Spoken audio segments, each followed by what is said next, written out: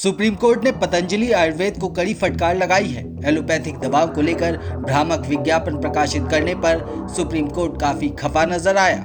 Justice Ahsanuddin और प्रशांत कुमार मिश्र की पीठ ने आज इस मामले पर सुनवाई की। बेंच ने पतंजलि को चेतावनी देते हुए कहा कि अगर ये गलत दावा किया गया कि उसके प्रोडक्ट कुछ बीमारियों को ठीक कर सकते हैं तो उस पर 1 करोड़ रुपए का जुर्माना लगाया जाएगा।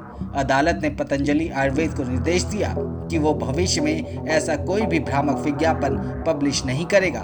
सुप्रीम कोर्ट ने कहा कि पतंजलि को ये सुनिश्चित करना होगा कि वो प्रेस में कैजुअल स्टेटमेंट देने से दूर रहे।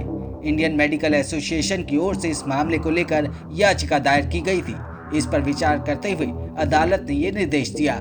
याचिका में आरोप लगाया गया है कि पतंजलि ने भ्रामक विज्ञापन प्रकाशित किए जो एलोपैथी को नीचा दिखाते हैं। साथ ही इनमें कुछ बीमारियों के इलाज को लेकर झूठे दावे किए गए हैं। आईएमएफ ने कहा कि पतंजलि के दावे ठोस नहीं है और drugs and other magic remedies act 1954 और उपभोक्ता संरक्षण अधिनियम 2019 जैसे कानूनों का सीधा उल्लंघन है। अदालत ने केंद्र सरकार से इस मामले में व्यवहारिक सिफारिश पेश करने के लिए कहा है। अब 5 जनवरी 2024 को इस मामले पर अगली सुनवाई होगी। मालूम हो कि सुप्रीम कोर्ट ने 23 अगस्त 2022 को केंद्रीय स्वास्थ्य मंत्रालय, आयुष मंत्रालय और पतंजलि आयुर्वेद लिमिटेड को नोटिस जारी किया था। आईएमएफ ने वैक्सीनेशन कैंपेन और मॉडर्न दवाओं के खिलाफ रामदेव की ओर से बदनामी अभियान चलाने का आरोप लगाया था, जिस पर यह नोटिस जारी हुआ था। सुप्रीम कोर्ट ने याचिका पर नोटिस जारी करते हुए एलोपैथी और एलोपैथिक डॉक्टरों की आलोचना करने के लिए रामदेव को फटकार लगाई है।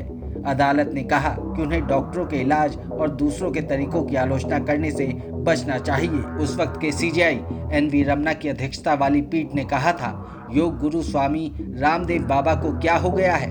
आखिरकार हम उनका सम्मान करते हैं क्योंकि उन्होंने योग को लोकप्रिय बनाया है। हम सभी योग करने जाते हैं, लेकिन उन्हें दूसरे तरीकों की आलोचना नहीं करनी चाहिए।